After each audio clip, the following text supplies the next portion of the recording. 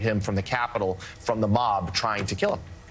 And they destroyed, Elise. They destroyed the records of the people that were closest to the president.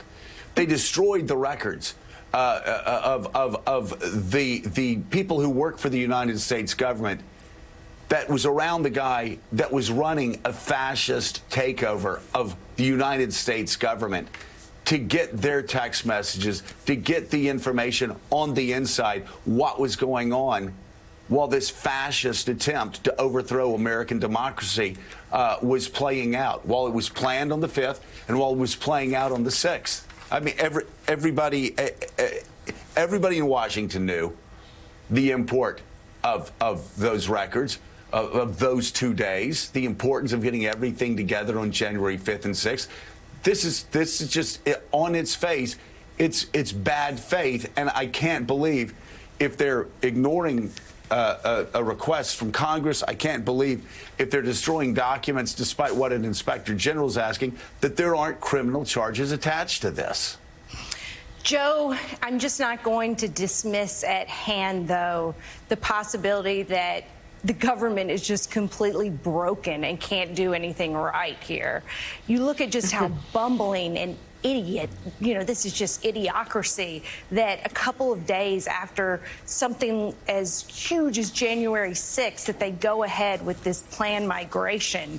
And it really just seems like utter stupidity and the incompetence of a government bureaucracy. And the fact that this happened and they've known about it for a while and there wasn't any immediate attempt. I think that this has been a year or so that they've known that these records weren't transferred. And yet, now it comes into the focal spotlight, but it takes the urgency and immediacy of these January 6th hearings to make people care about the government and records preservation. It's hard to believe. It's hard to believe somebody didn't say we need to we need to preserve everything from these days. And if that was planned and it was something that was already on some sort of technical calendar. Okay, but hold on a second again. It doesn't matter. Mika, let's put it in context. I got it. Let's put it in context, okay? Because it's very easy for us to just talk generally about this, but put it in context. I know. On January 6th, Donald Trump attempted a fascist takeover of American democracy.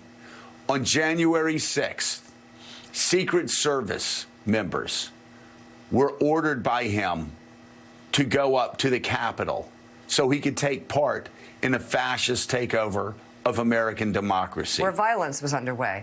According to testimony before the committee and corroborated by others, Donald Trump lunged and grabbed the steering wheel and lunged at a Secret Service member's neck, telling him to take him up to the Capitol.